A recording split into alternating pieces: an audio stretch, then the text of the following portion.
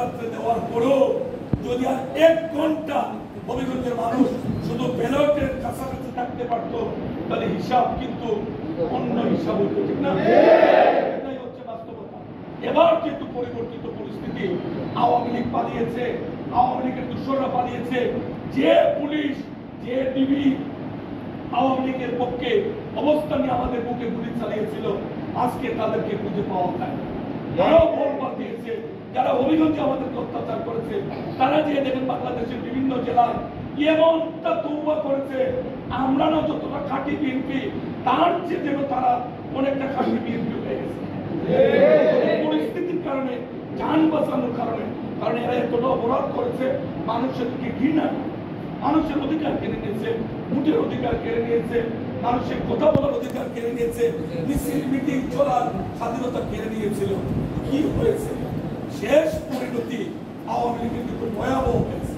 দেখেন আপনাদের অঞ্চলে যারা আমরা যাওয়ার আগে পুলিশের নাড়া করে রাখতো, যারা আমাদের সভা সমাবেশ করতে দিত না, মাইক বানতে দিত না, যারা আমরা মিটিং করে জোর করিয়া আমরা যখন সাহস নিয়ে মিটিং করছি, আসার পরে আমাদের নেতৃবৃন্দের বাড়িতে যাইয়া আমাদের নেতৃবৃন্দের সাথে খারাপ ব্যবহার করছে, তারা না পাইলে আমাদের মা বোনদের সাথে খারাপ ব্যবহার করছে, মনে আছে?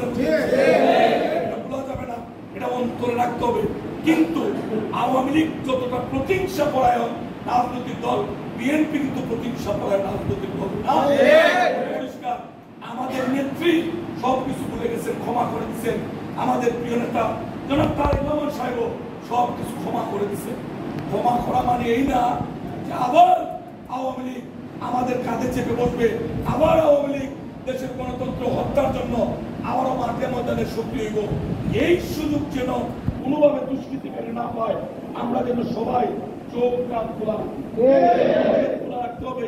আমাদের এই পুলিশ অনেকটা পরিবর্তন হয়েছে, শিক্ষা হয়েছে, তো কঠিন শিক্ষা হয়েছে। আওয়ামী লীগ বললে কি হয়, পুলিশের শিক্ষা হয়েছে না? এই পুলিশও আমি বিশ্বাস করি, আমরা সকলে বিশ্বাস করি, এই পুলিশ এখন ঠিক মতো কাজ করবে। সেনাবাহিনী মাঠে আছে, র্যাবও মাঠে আছে, বিজেপি মাঠে আছে, অন্যান্য গোয়েন্দা সংস্থা দুজন, সিভিল প্রশাসন মাঠে আছে, তারা তাদের কাজ করতেছে। যদি কোনো জায়গায় আওয়ামী লীগ কোনোভাবে আবার দুষ্টামি করে আমাদের উপর আক্রমণের পরিকল্পনা করে, আমি অনুরোধ করবো নিকটস্থ আইন শৃঙ্খলা বাহিনী যারাই থাকেন না কেন, তাদের দৃষ্টিতে আনতে হবে।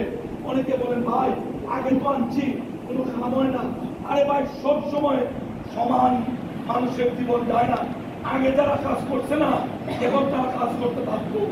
এখন যদি কাজ না করে মানুষ ধৈর্য নিব, এরা আওয়ামী লীগের দালাল, এরা আওয়ামী লীগের দূষণ। এদেরকে কাজ করতে হবে।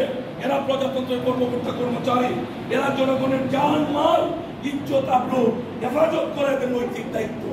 অতএব আমরা সবাই মিলে যদি ঐক্যবদ্ধ থাকি, প্রশাসনে তাদের দায়িত্ব পালন করবে।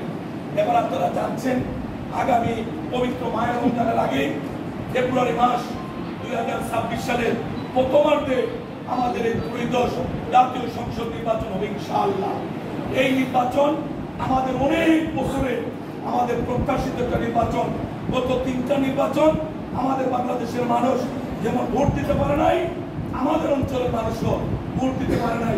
এক একটা এক এক কিসিমের নির্বাচন, একটা যুগ করে ভোট দেয়, এক একটা কয় ক্যান্ডিডেট ছাড়া ভোট, এক একটা দিনের ভোট, রায় দেয়। পুরা ভোটের পরিবেশটা অনেক নষ্ট করে দিচ্ছে, মানুষের আগ্রহ নষ্ট হয়ে গেছিল। আওয়ামী লীগের জামানায় ওরা আওয়ামী লীগের আমলে মানুষজন কিন্তু ভোট সেন্টার থেকে মুখ ফিরে এনেছিল, মনে আছে না?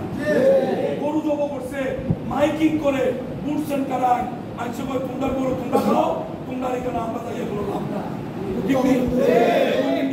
এটাই হচ্ছে বাংলাদেশের কলঙ্কিত ইতিহাস। শেখ হাসিনা এবং আওয়ামী লীগ সৃষ্টি করছে, যেখানে ভোটই হচ্ছে একমাত্র আমার মত প্রকাশের স্বাধীনতা। সেইটা আবার গোপন ব্যালটের মাধ্যমে সেই বুথের মধ্যে গিয়ে আমি আমার পছন্দের প্রার্থীকে ভোট দিয়ে আমি নির্বাচিত করে আমাদের পক্ষে কথা বলার জন্য তাকে আমরা পার্লামেন্টে পাঠাবো, সেই পরিবেশটা কিন্তু হাসিনা নষ্ট করছে। এর জন্য হাসিনা এবং আওয়ামী লীগকে চরম মূল্য দিতে হয়েছে। হবিগঞ্জের সদরের বুরকা এমপি ছিলেন তো, বুরকা পরে বুঝবা এটা পুলিশে ভাড়া দিত, এবারও শুনছেন না? এই বুরকা হয়ে গেল বুরকা কেন্দ্রে কই গেল বুরকার গালাগালি? হ্যাঁ, ওই বুরকার বাড়ি ঘর একবারে মানছে মাটি শুদ্ধ করে লেগেছে। এটা যেমন কর্ম তেমন ফল, পাপে বাপরে না। কিন্তু কিছু বেলাতে মানুষ তো থাকে এত বড় অন্যায় করছে, হবিগঞ্জে মানুষকে গুলি গুলি মারছে, এরপরে দেশ থেকে ভাগিয়া বিদেশে আবার দাঁত বার করে। কত বড় বেলাতে, শরম বলতে কিচ্ছু না। মানুষ যদি তারে দাঁড়ের কাছে পায় তার অবস্থাটা কি তৈরি এটা বুঝে না। আরে পাগলা, রক্তের মধ্যে তো পাগলামি, এটা বুঝতে পারে না। পাগলার রক্তে কিন্তু পাগলামি আছে, তারা কিছু বললাম না। আমরা তো কিছু মাইন্ডাসের নিয়ে বই, পাগলা কিন্তু এখনো উঠিছে। পাগলা এখনো মনে করে মানুষের বলে ফোন করে আরেকবার আইব, এটা তোমার মামুর বাড়ি, খাওয়া পাতি যা তোমার থেকে সব রেডি। আমরা কোনো অন্যায় করতে যাবো না। আমরা সবাই মিলে এই দেশে আমরা বসবাস করার সুন্দর পরিবেশ যেন থাকে, আমাদের আচার আচরণ ঠিক সেই রকম।